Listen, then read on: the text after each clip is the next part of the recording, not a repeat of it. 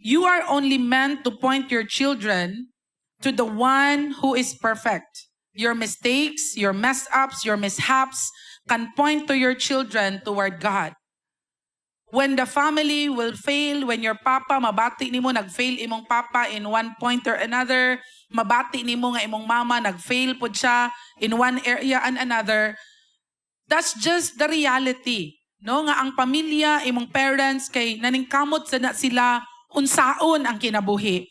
And mag-fail gyud ang parents.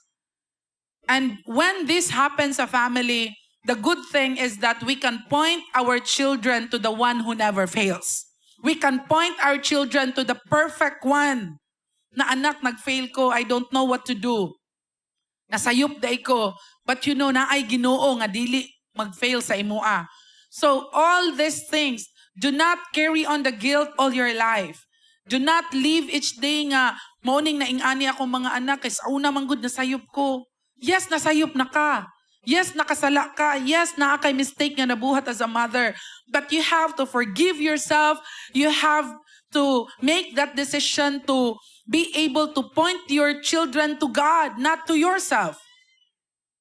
And in that way, dili ka sige carry sa guilt. Because the truth is, the first time nga nangayo kag pasaylo sa Ginoo, pinasaylo na ka. Amen? So, dili day nimo deserve nga murag bugat ang imo abitang bugat ang imong heart kanunay tungod kay gina-attack ka sa guilt sa mga mistake nga nabuhat nato in the past. Ang mga imperfections nato, mao ni siya igsuon ang makalid sa atong mga anak unto Christ.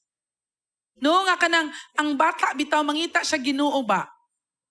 Kanang muingon ang bata nga nasayop man akong mama diri nga area, nag-struggle man akong papa, they are imperfect people as well. And because of that, I need God in my life. I need Jesus in my life.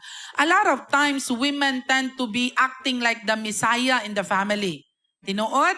Naay messianic complex ang mga women, especially mothers. Gusto ta luwason atong mga anak kanunay. Kanang kita mo'y savior nila kanunay. Before pa lang imong anak madagma, naanak ka ni Dupa. Ako nalay madagma nak, di lang ikaw. No? Messianic complex. You wanted to be the hero sa inyong balay. And that's why you will do everything. Para lang ang imong anak, mabati nila nga, okay nak, naa kay mama. And that's the tendency of women. Naduphan na to tanan. Ikaw tanan. Then imong anak karon pagdako niya, okay. Nyagmamama siya, buhaton sa to niya nga cycle.